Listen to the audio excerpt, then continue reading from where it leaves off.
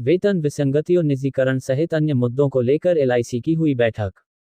जी हां, बता दें, गोरखपुर एम्प्लॉइज यूनियन GDIEU के 29वें महाअधिवेशन 16 व 17 मार्च को घाटन सत्र का आयोजन किया गया। सर्वप्रथम मंडल कार्यालय परिसर में अध्यक्ष काम अजय सिंह द्वारा ध्वजारोहण किया गया तथा शहीद वेदी पर समस्त साथियों द्वारा पुष्पांजलि अर्पित की गई। तत्पश्चात क्षेत्रीय अध्यक्ष काम संजीव शर्मा के नेतृत्व में तारामंडल स्थित मंडल कार्यालय परिसर से कार्यक्रम स्थल सत्यम लान तारामंडल गोरखपुर तक शानदार रैली का आयोजन किया गया, जिसमें समस्त साथी गगनभेदी नारे लगा रहे थे। रैली में मंडलीय अध्यक्ष काम अजय सिंह एवं मंडलीय महामंत्री काम रूपेश पांडेय सहित मंडल कार्यालय एवं समस्त शाखाओं के समस्त साथियों ने पूरे जोशों खरोश के साथ भाग लिया। रैली उपरांत कार्यक्रम स्थल पर महाधिवेशन का घाटन सत्र आयोजित। हमारा गोरखपुर का जो मंडल इकाई है, इसके संगठन का जो द्विवार्षिक अधिवेशन है, ये आज और कल यहाँ पर आयोजित किया जा रहा है। और हमारे समक्ष जो चिंताएं हैं, उन चिंताओं में सबसे बड़ी चिंता ये है कि भारतीय जीवन बीमा निगम का जो वर्तमान सार्वजनिक स्वरूप है, इसको बरकरार रखने के लिए हम लोग अपने आंदोलन की तैयारी कर रहे हैं। ये सरकार के द्वारा भारतीय जीवन बीमा निगम के 3.5% शेयर जो है वो शेयर मार्केट में भेज दिए गए हैं और भारतीय जीवन बीमा निगम को कमज़ोर करने की दिशा में सरकार के द्वारा नीतियों का निर्माण किया जा रहा है। तो सरकार की इस नीति का हम विरोध करते हैं और इस चुनावी समर में हम लोगों का ये निवेदन रहेगा सरकार से और राजनीतिक पार्टियों से कि भारतीय जीवन बीमा निगम के शेयर को मार्केट में ना बेचा जाए और जो बेचा गया उसको वापस किया जाए और भारतीय जीवन बीमा निगम के वर्तमान स्वरूप को बरकरार रखा जाए।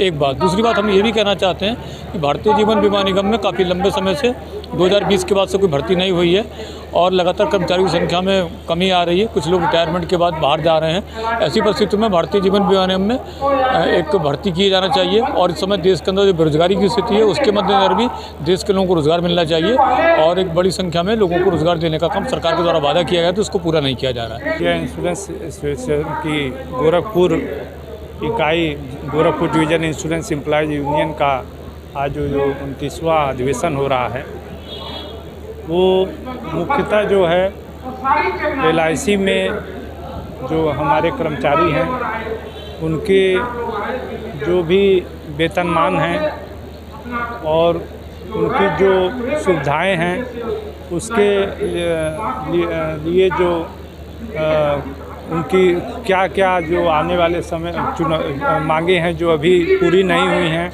उन सारों चीज़ों पर उनको कैसे पाना है। इसके अलावा जो सरकार की नीतियां हैं पब्लिक सेक्टर को लेकर, खासकर भारतीय जीवन बीमा निगम को लेकर, जो उसके विनिवेशीकरण के लिए या उसके निजीकरण के लिए जो सरकार की नीतियां हैं, उन नीतियों से हम कैसे निपटेंगे, उस पर यहाँ पर विस्तृत चर्चा होगी।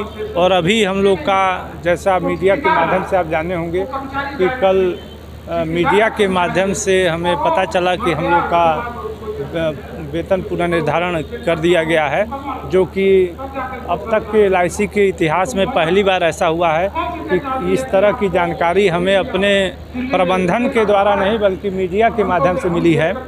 और अभी हमें ये नहीं मालूम है कि उसमें क्या चीज़ें हमें दी गई हैं और क्या चीज़ें नहीं दी गई हैं।